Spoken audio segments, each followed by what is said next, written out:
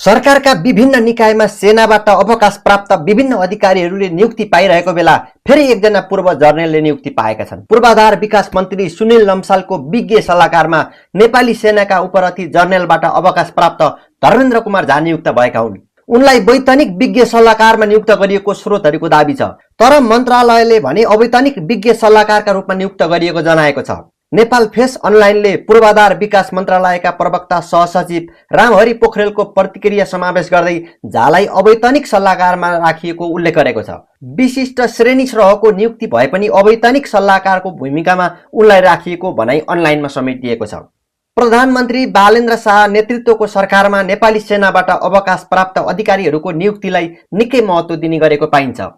विषय विज्ञहरूलाई नियुक्तिमा प्राथमिकता दिने घोषणा गरेको सरकारमा सेनाका अवकाश प्राप्त अधिकारीहरूको नियुक्तिलाई शंकाको रूपमा पनि हेरिने गरिएको छ।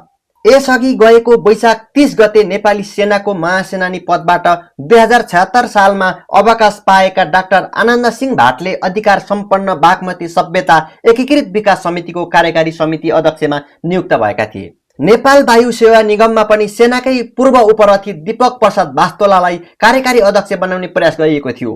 उनलाई अध्यक्ष बनाउने उद्देश्यका साथ गत वैशाख 31 गते निगमको सञ्चालक समिति सदस्यमा नियुक्त गरिएको थियो, तर अदालतले नै वास्तोला सहितका सदस्यहरूको छनौट प्रक्रिया नै त्रुटिपूर्ण भएको भन्दै नियुक्ति नै खारिज गरिएको थियो। यता पूर्वाधार विकास मन्त्रीमा नियुक्त झा सेनामा बहालमा हुँदा भने विकास निर्माण निर्देशनालयका निर्देशक तथा राष्ट्रिय गौरवको आयोजना मानिएको फास्ट ट्र्याक सडक निर्माणको प्रोजेक्ट डाइरेक्टरका रूपमा काम गरेको अनुभव छ।